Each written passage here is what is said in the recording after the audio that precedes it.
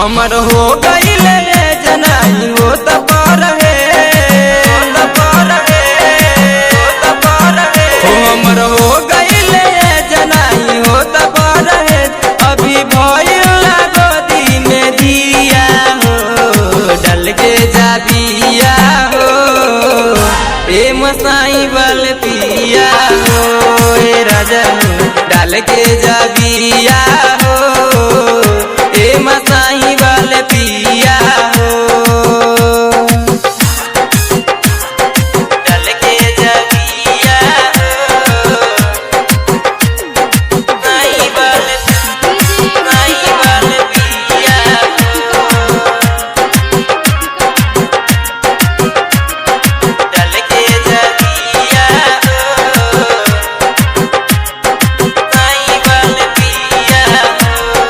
कोई के बहाना तू चल गईला कमाए हो होरलिस के दीवा से देहना मोटाए हो बात ओहिला तोर सतई जिया हो डल के जाबिया हो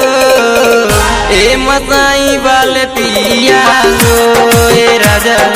डल के जाबिया हो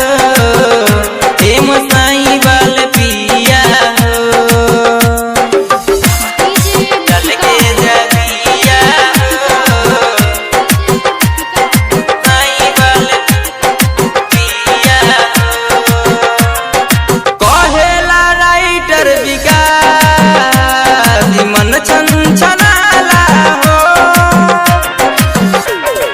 काहे परेशानी मोर तारा ना बुझाला हो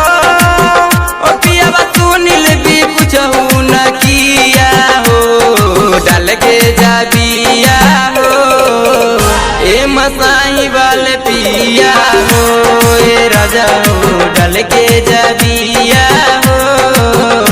ए मसाई वाल पिया हो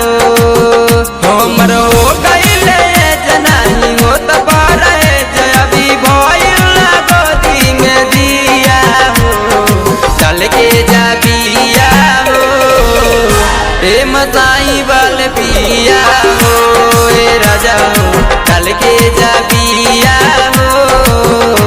ए मसाई वाल पिया हो आवाना डायमंड रिकॉर्डिंग स्टूडियो छौड़ा।